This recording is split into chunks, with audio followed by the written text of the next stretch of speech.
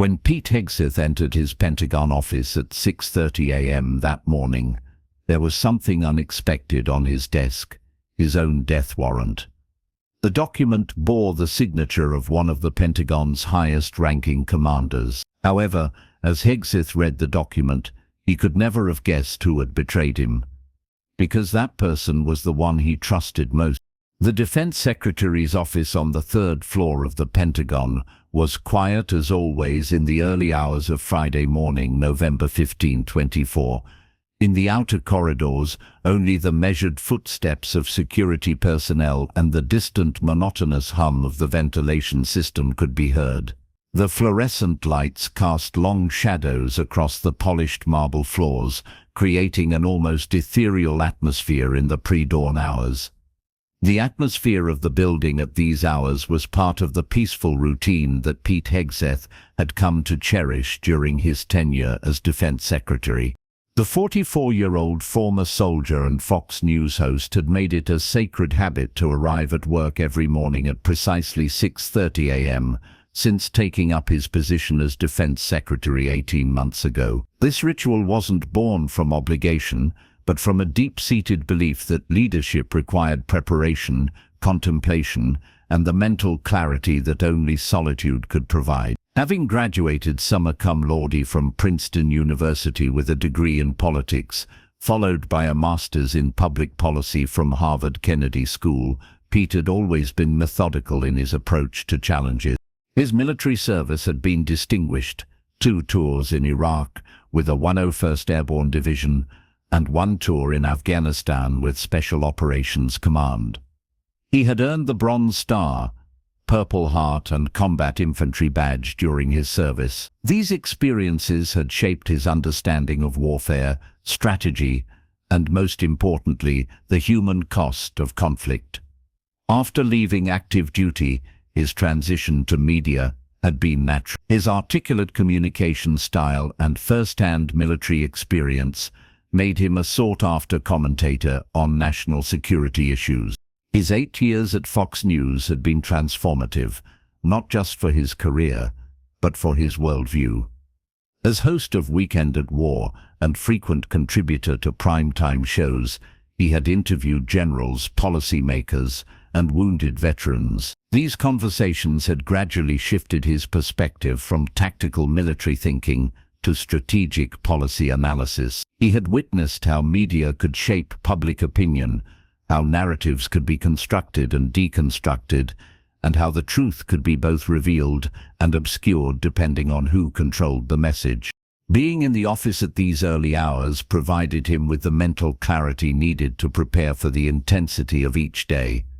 The Pentagon was a machine that never slept, with operations spanning every time zone, every continent, and every domain of warfare. As Defense Secretary, he was responsible for 1.3 million active duty personnel, 7,000 civilian employees, and a budget of $816 billion. Every decision he made could affect global stability, American security, and the lives of millions of people. The corridors of the Pentagon were almost empty at this hour of the morning.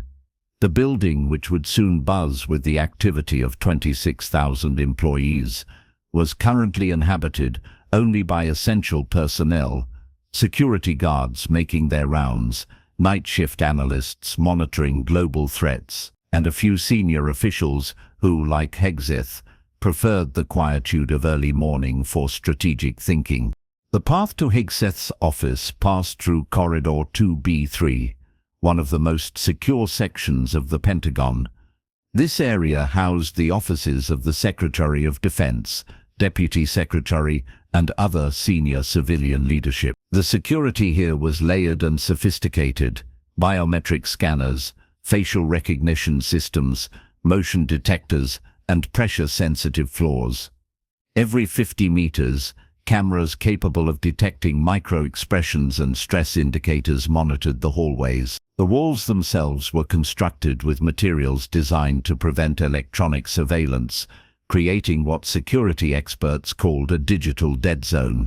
The design was both functional and psychological.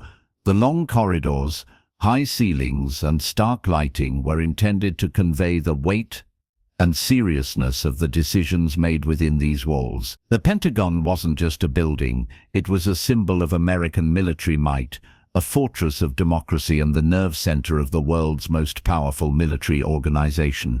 When Pete opened the door to his office, the familiar sight of his workspace greeted him. The office was a study in controlled organization. A mahogany desk inherited from previous defense secretaries, flags representing all service branches, framed photographs from his military service, and shelves lined with strategic studies, military histories, and intelligence reports. The walls displayed certificates, commendations, and photographs from his meetings with world leaders, military commanders, and fallen soldiers' families. But this morning, something was different.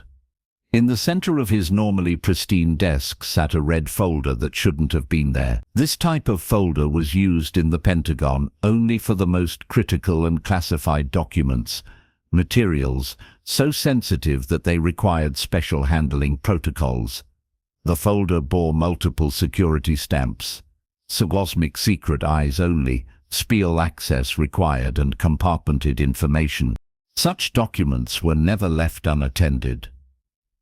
The Pentagon's document handling procedures required that cosmic-level materials be delivered by special courier, received with biometric confirmation, and stored in secure containers when not being reviewed. The presence of this folder on his desk violated every security protocol he knew. As Hegseth approached his desk, he noticed additional details that heightened his concern. The folder appeared to have been placed deliberately in the exact center of his desk, positioned so that it would be the first thing he saw upon entering. The placement was too precise to be accidental, too prominent to be overlooked. Someone had wanted him to find this folder immediately upon his arrival.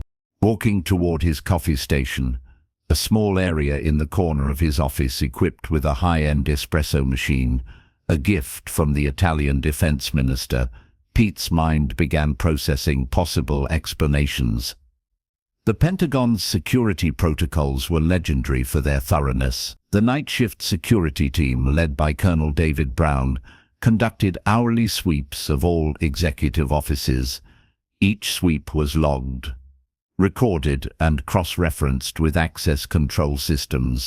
The previous evening he had left his office at exactly 6:45 p.m., following his usual routine of securing all classified materials in his vault, activating his personal security system, and notifying the security desk of his departure. The overnight security report, which he received every morning at 6 a.m. via secure email, had indicated no anomalies, no unauthorized access, and no security breaches in the executive wing.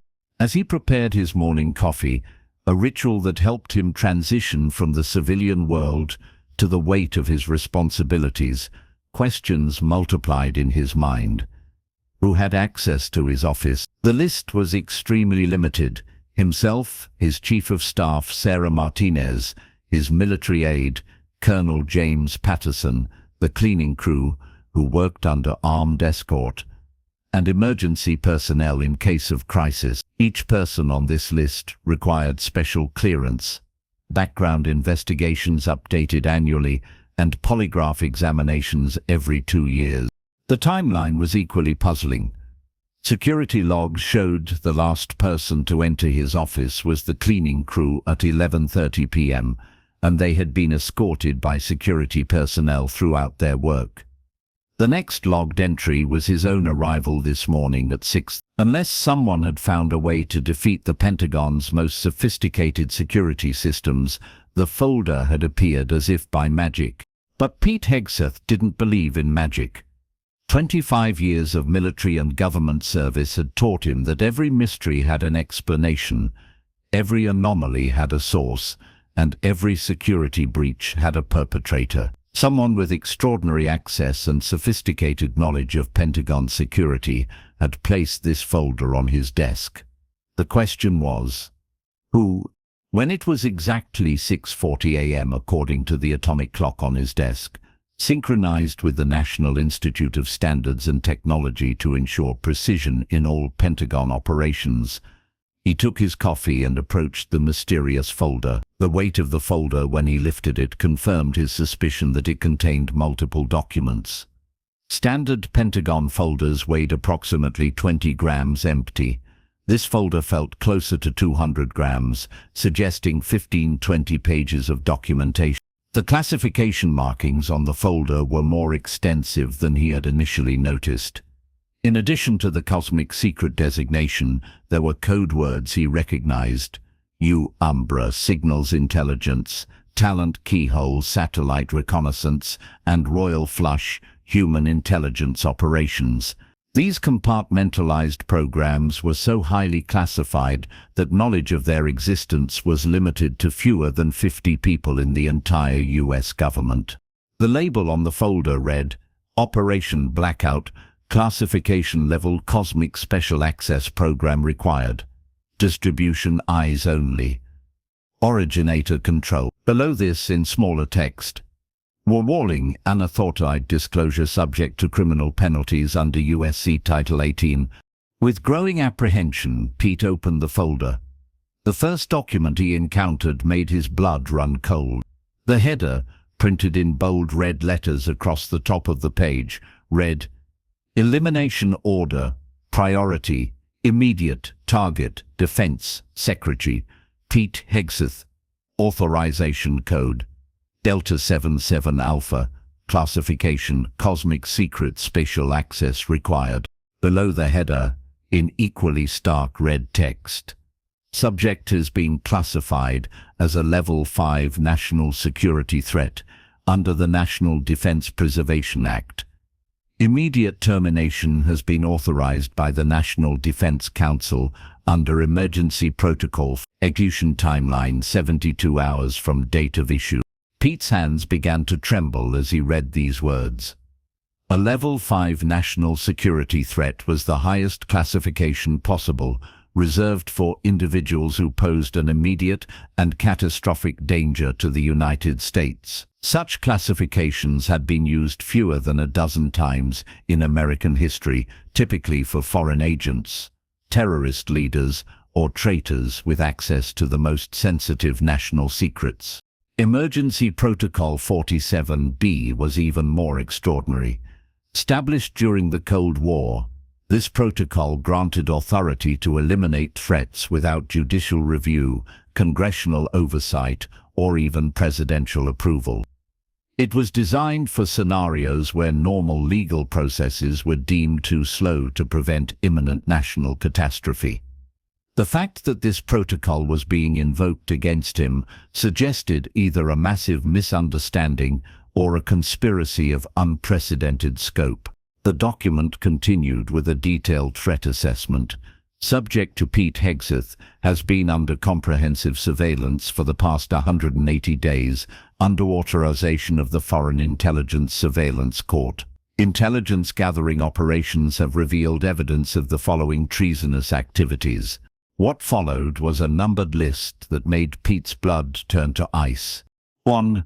Coordination with Chinese Ministry of State security operatives through encrypted communication channels, including face-to-face meetings in Washington, D.C., Virginia, and Maryland locations. Transmission of classified NATO defense protocols, including Operation Defender, Alliance Shield, and Freedom Guardian tactical plans, to Russian Foreign Intelligence Service handlers. Receipt of monetary compensation totaling $47 million from Iranian Revolutionary Guard Quds Force operatives in exchange for intelligence on Israeli defense capabilities and U.S. military positions in the Middle East. Deliberate sabotage of critical U.S. military operations in Eastern Europe, resulting in the compromise of Special Operations Command missions in Ukraine and Poland. Active coordination with Hamas, Hezbollah, and Islamic State terrorist organizations for the purposes of weapons trafficking and intelligence sharing. Leadership of a conspiracy to overthrow the current U.S. administration through foreign interference, including coordination with Russian and Chinese intelligence services to manipulate American elections. Participation in a network of defense contractors and foreign agents engaged in systematic corruption of American defense procurement processes. Transmission of nuclear weapons security protocols to unauthorized foreign entities, creating an imminent threat to American nuclear deterrent capabilities. Reading these accusations, Pete felt a mixture of shock, outrage, and fear. Every single allegation was completely false. He had never met with Chinese intelligence operatives, never transmitted classified information to any foreign entity, never received money from Iran, never sabotaged military operations, never coordinated with terrorist organizations, never participated in any conspiracy, never engaged in corruption, and never compromised nuclear security. Yet the specificity of the allegations was deeply troubling. The document didn't just make vague accusations, it provided dates, locations, amounts of money, and operational details. Someone had invested considerable time and resources into fabricating an incredibly detailed false narrative about his activities. The second section of the document was titled Evidence Summary, and contained what appeared to be corroborating documentation for each allegation. There were photographs showing him in restaurants and public places with individuals identified as foreign agents, bank records showing large deposits into accounts allegedly under his control, email communications containing discussions of classified operations, phone records of calls to numbers associated with foreign intelligence services. The photographs were particularly unsettling because they appeared to be genuine images of him in real locations, but he had no memory of the meetings they purported to document. The bank records showed accounts he had never opened, with routing numbers he didn't recognize. The email communications were written in his writing style but discussed operations he had never heard of. As he examined the evidence more closely, Pete began to understand what he was looking at. The most sophisticated disinformation operation he had ever encountered. Someone with access to advanced technology and unlimited resources had created a parallel false reality in which he was a traitor, complete with fabricated documents, manipulated photographs, and manufactured financial records. The third section of the document detailed the operational plan for his elimination. The header read, Elimination Protocol, Execution Timeline, Operational Security Paramount. Below this was a minute-by-minute schedule spanning Phase 1, Hour 024, Target Isolation and Surveillance Enhancement. Increase surveillance coverage to 24/7 with full-spectrum monitoring. Implement communication intercepts on all personal and official channels. Position elimination teams at residence, office, and known activity location. Coordinate with federal law enforcement to ensure operational security. Phase 2, Hours 24 to 48. Evidence planting and narrative establishment. Place additional incriminating materials in target residence and office. Establish media narrative through controlled leaks to friendly journalists. Brief congressional leadership on threat assessment, limited disclosure. Coordinate with allied intelligence services for international support. Phase 3, Hours 48 to 72. Public exposure and justification preparation. Release limited evidence to media outlets for public conditioning. Brief President on threat assessment and elimination necessity. Prepare post-elimination narrative and evidence release. Position personnel for immediate post-operation damage control. Phase 4, Hours 72-96. Elimination execution. Implement one of 3 approved elimination methods. See below. Execute immediate evidence release to justify action. Brief media on successful counterintelligence operation. Begin transition to acting defense secretary. The document then detailed 3 different methods for his assassination, each designed to appear as something other than murder. Method A, vehicular incident.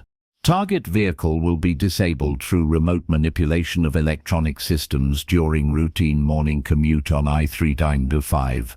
Secondary explosive device will detonate upon impact to ensure termination and destroy evidence of sabotage. Incident will be attributed to mechanical failure or terrorist attack depending on optimal narrative positioning. Method B. Home invasion serenity. Professional operatives will infiltrate target residence during evening hours when target is present but family members are absent. Staging will indicate foreign intelligence operation gone wrong, with target resisting foreign agents. Physical evidence will include weapons and materials linking incident to Iranian or Chinese intelligence services. Method C. Office elimination with terrorist cover. Operatives will infiltrate Pentagon during target's early morning arrival routine. Elimination will occur in target's office, with staging to indicate suicide following discovery of treason. Alternative staging available for terrorist attack scenario if suicide narrative proves non-viable. Each method included detailed timelines, personnel requirements, equipment lists, and post-operation protocols. The level of planning was extraordinary, suggesting months of preparation and significant resources. This wasn't the work of a lone actor or small group. It represented an institutional effort involving multiple agencies and substantial financial backing. The final section of the document contained the authorization signatures. 3 names appeared at the bottom of the page, each with official seals and date stamps. The first signature belonged to CIA Deputy Director Michael Carter, a man Pete had known for 15 years and considered a trusted ally. The second was from NSA Director Jennifer Wells, whom he had worked with closely on cybersecurity initiatives. The third signature stopped his heart. General Marcus Thompson, Chairman of the Joint Chiefs of Staff, his closest friend for 25 years. Marcus Thompson, his roommate at Princeton University, where they had both studied international relations and dreamed of serving their country. His fellow soldier in Iraq, where they had saved each other's lives multiple times during the brutal urban warfare of Fallujah and Ramadi. His brother-in-arms in Afghanistan, where they had led counter-terrorism operations against Al-Qaeda and Taliban forces in the mountainous regions near the Pakistani border. Marcus had been the best man at Pete's wedding to Jennifer Collins in 2008. Pete had returned the favor when Marcus married Sarah Williams in 2010. Their families had vacationed together, celebrated holidays together, and supported each other through the challenges of military life. Pete was godfather to Marcus's son Michael, and Marcus was godfather to Pete's daughter Sarah. Their friendship had continued even as their careers diverged. While Pete had transitioned to media and eventual civilian leadership, Marcus had continued up the military hierarchy, earning his stars through exceptional performance in combat commands, strategic planning roles, and joint operations leadership. His appointment as chairman of the Joint Chiefs had been celebrated by Pete as recognition of his friend's extraordinary abilities. Now this same man had signed an order for Pete's execution. The document included a final page titled Operational Security Notice, which contained a stark warning. This operation is classified under the highest levels of national security law. Unauthorized disclosure will result in immediate arrest and prosecution under the Espionage Act. Any attempt by the target to contact outside parties, including legal counsel, family members, or media representatives, will result in acceleration of the elimination timeline. As Pete finished reading the document, his office phone rang. The caller ID display showed private number, a designation that typically indicated calls from intelligence agencies or other government organizations using secured lines. "Pete," said an unfamiliar voice when he answered. The speaker was an older man, judging from the gravelly quality of his voice. There was something urgent, almost desperate in his tone. "I hope you've had a chance to review the material that was left for you this morning." "Who is this? How do you know about the document on my desk?" Pete asked, his mind racing through the security implications of this call. My identity isn't important right now. What's important is that you understand the gravity of your situation. You have less than 72 hours to live unless you take immediate action. What kind of action? Listen very carefully because I can only say this once. I was part of the organization that created that elimination order. For the past 30 years, I've been involved in operations that I believed were protecting American national security. But I've recently learned that my organization has been compromised, corrupted, and turned into something monstrous. The caller paused and Pete could hear the sound of traffic in the background, suggesting the man was calling from a vehicle or outdoor location. The organization that wants you dead calls itself the Deep Council. It's not an official government entity, though it operates within the government. It consists of individuals from the Pentagon, CIA, NSA, major defense contractors, and select members of Congress. They've been operating in secret for decades, manipulating American foreign policy, starting wars, and accumulating power and wealth. Pete's mind struggled to process this information. That's impossible. Such an organization couldn't exist without oversight, without congressional knowledge. You're naive, Pete. Congress knows only what they're told. Presidents serve 4 or 8 years and then leave.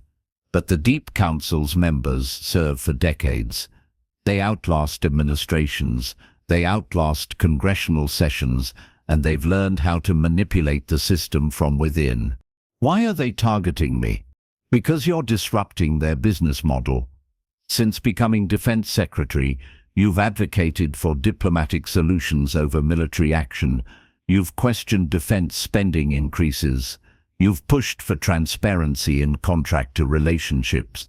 You've cost them billions of dollars in projected profits. The caller continued, but more than that, you have something they fear, credibility with the American people. Your military service, your media experience, your reputation for honesty. If you were to expose their existence, people would believe you. That makes you an existential threat to their operations. How do I know you're telling the truth? How do I know this isn't part of some elaborate deception? Because, Pete, if this were a deception, you'd already be dead. The Deep Council doesn't play games when it comes to eliminating threats. The fact that you're alive right now means someone inside their organization is trying to save you. Who inside this supposed organization is helping me? I can't tell you that over an unsecured line. But I will tell you this. Your friend Marcus Thompson is not your enemy. He's being coerced, just like dozens of other officials. They have his family, Pete. His wife, Sarah, and his children have been taken. If he doesn't follow their orders, they'll kill them. Pete felt as if the ground had shifted beneath his feet. Sarah and the kids are missing. For the past 72 hours, Marcus reported them as being on a family vacation, but that's a cover story. They're being held at a secure location while Marcus is forced to cooperate with the Deep Council's operations. How many other officials are being coerced? More than you'd believe. Senators, generals, agency directors, anyone with access to sensitive information or decision-making authority. The Deep Council has perfected the art of leverage. Find what someone values most, threaten it, and they become compliant. The caller's voice became more urgent.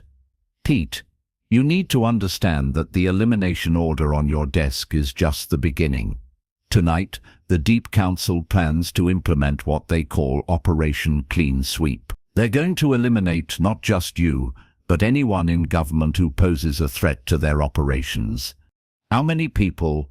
47 targets across Washington, D.C. Senators, congressmen, agency directors, military officers, and civilian officials. They'll stage it as a coordinated terrorist attack, blame it on foreign enemies, and use the crisis to implement martial law. Pete felt sick as the implications became clear. They're planning a coup. Not exactly.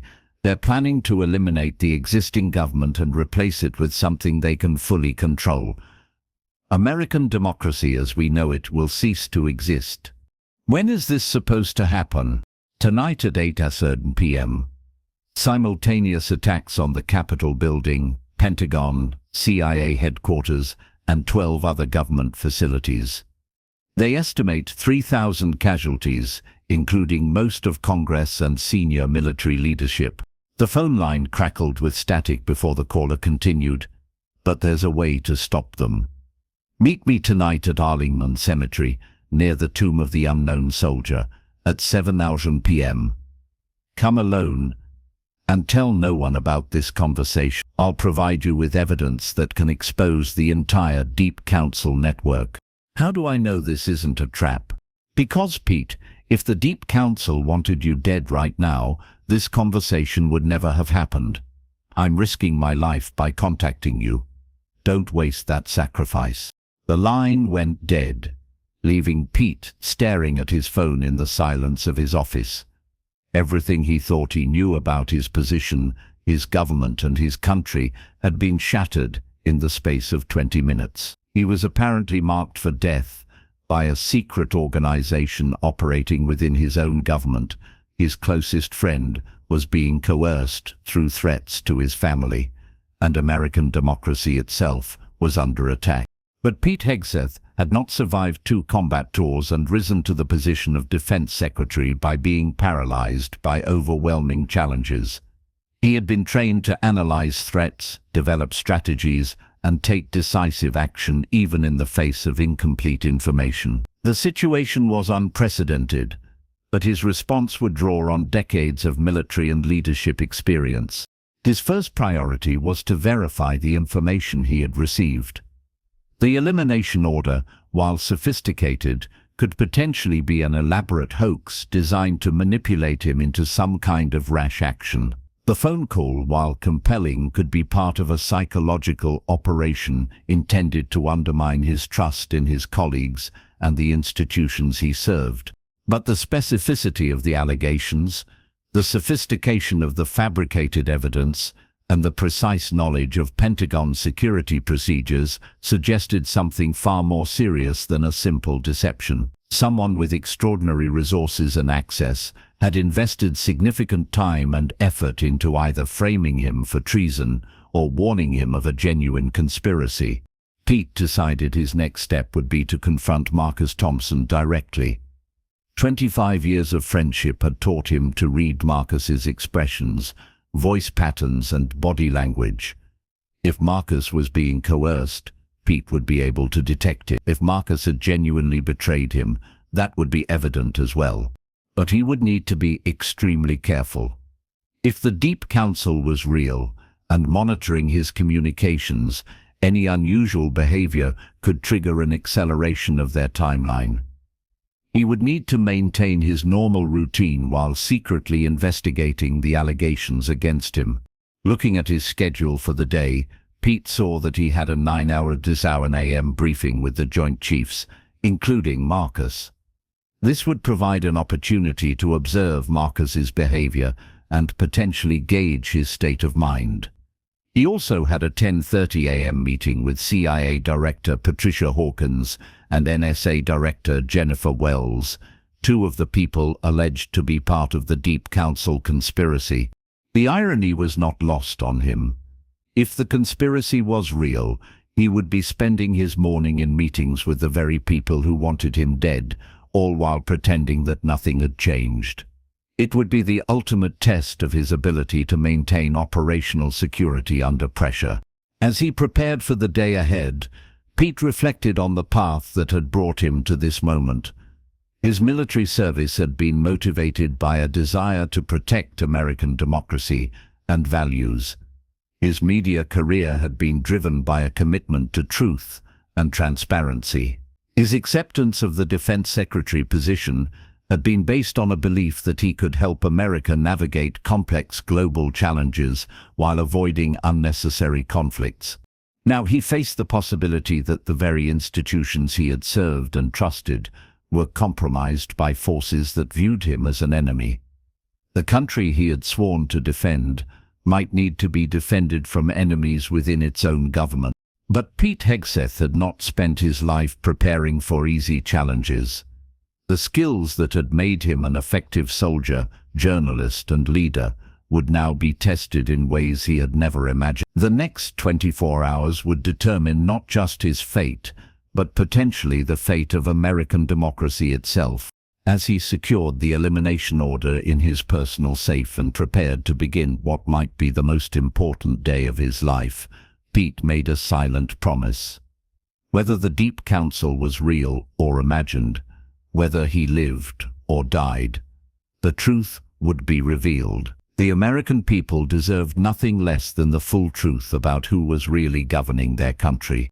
The betrayal at the Pentagon was about to become the beginning of the greatest test of American democracy since the Civil War, and Pete Hegseth, who had started the day as a target for elimination, was about to become the focal point of a battle for the soul of the nation.